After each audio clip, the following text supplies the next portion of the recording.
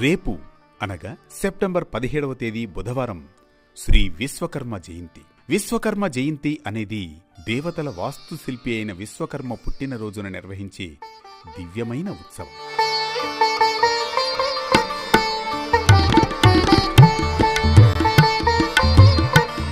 మన పురాణాల ప్రకారం విశ్వకర్మ స్వయంభూ, లోకానికి సృష్టికర్త. సృష్టి తొలినాళ్ల నుంచి సుప్రసిద్ధ శిల్పకారులు 5 ఉన్నారు. వీరు విశ్వకర్మకు జన్మించారు. కమ్మరి, ఇనుము పని, సూత్రకారుడు వడ్రంగి, కొయ్య పని, కాంస్యకారి రాగి, కంచు, ఇత్తడి పని, స్థపతి శిల్పి, రాతి పని, స్వర్ణకారి బంగారు పని. విరాట్ విశ్వకర్మ భగవానుడు 5 ముఖములు కలవాడు. విరాట్ విశ్వకర్మ యొక్క పంచముఖాల నుండి మను, త్వష్ట, శిల్పి, విశ్వజ్ఞ బ్రహ్మలు ఉద్భవించారు.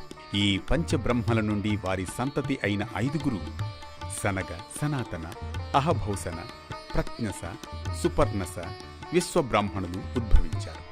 వీరి ద్వారా వృత్తులు నిర్దేశింపబడ్డాయి.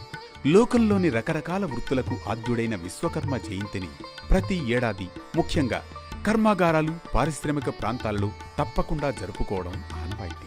వారికి సంబంధించిన పనిముట్లను విశ్వకర్మ ముందుంచి భక్తితో పూజిస్తారు. విరాట్ విశ్వకర్మ జయంతిని భారతీయుల శ్రామిక దినోత్సవంగా పేర్కొంటారు. జనవరి 15వ తేదీన వచ్చే మకర సంక్రాంతి మాదిరిగానే ప్రతి ఏడాది కన్యా సంక్రాంతి రోజున విశ్వకర్మ పూజను జరుపుతారు. అందువల్ల ఈ పండుగ సెప్టెంబర్ నెల 16, 17వ తేదీల్లో వస్తుంది.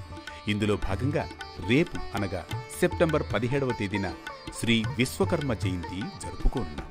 శ్రీకృష్ణుడు పరిపాలించిన పవిత్రమైన ద్వారక నగరాన్ని, ఇంద్రప్రస్థ రాజభవనాన్ని నిర్మించడంతో పాటు దేవతలకు అనేక అద్భుతమైన ఆయుధాలను కూడా తయారు చేశాడు విశ్వకర్మ. ఋగ్వేదంలోనూ, కృష్ణ యజుర్వేదంలోనూ, శుక్ల యజుర్వేదంలోనూ విశ్వకర్మ సృష్టికర్తగా చెప్పబడింది.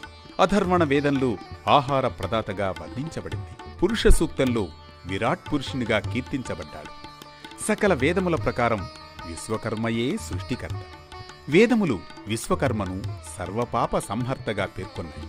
సర్వ దిక్కులను పరికించు దృష్టి కలిగిన అమిత శక్తి కలవాడు కనుకనే ఋగ్వేదం ఆయనను భగవంతునిగా పరిగణించింది. మహాభారతం విశ్వకర్మను 1000 కళలకు అధినేతగా అభివర్ణించింది. విశ్వకర్మ హిందూ పురాణాల ప్రకారం ఎన్నో పట్టణాలను 4 యుగాలలో నిర్మించాడు. సత్యలోకంలో దేవతల నివాసం కోసం స్వర్గలోకాన్ని నిర్మించాడు. త్రేతాయుగంలో సువర్ణ లంకను శివుని కోసం నిర్మించాడు.